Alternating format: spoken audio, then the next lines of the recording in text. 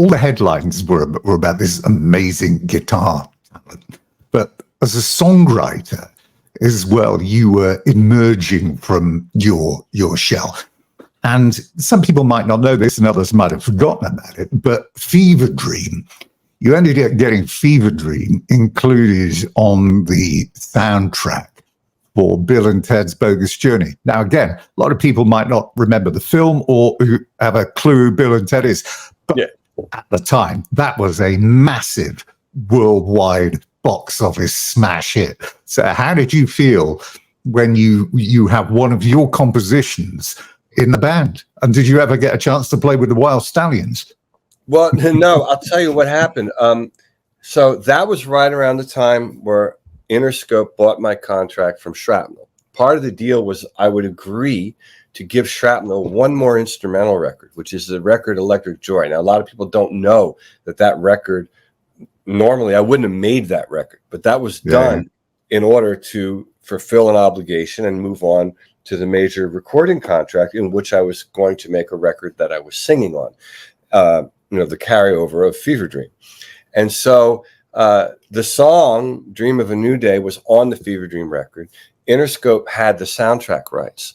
So if you see the soundtrack, you'll see on there Kiss is on there. I think Steve Vai might be on there. A lot of major acts. And then you'll see my name on there, which I was relatively, unknown outside the guitar community. So that was a great opportunity. I remember I went to the premiere and did the red carpet with Edgar Winter. Edgar Winter and I shared a limo.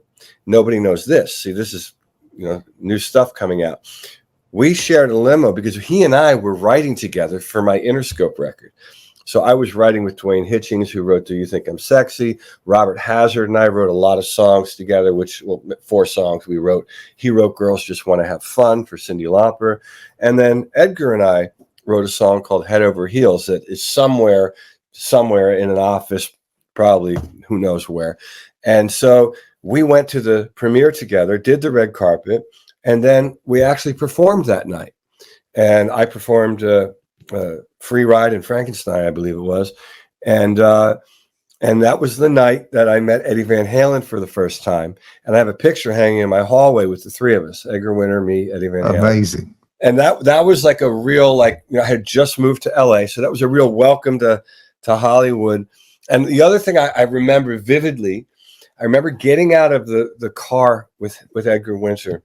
Keanu was already on the red carpet. And I walked up, I was standing behind Keanu Reeves at this point, and he was wearing a brown jacket. I remember exactly what he was even wearing.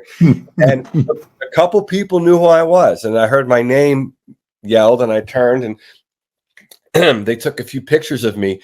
And I remember my record company executive making fun of me. He says, "You look like a deer in the headlights," because I just had this look of bewilderment, on my face, because here I was thrown in the mix, and somewhere online, I think that I see that picture come up now and then. I'm wearing a very funny jacket.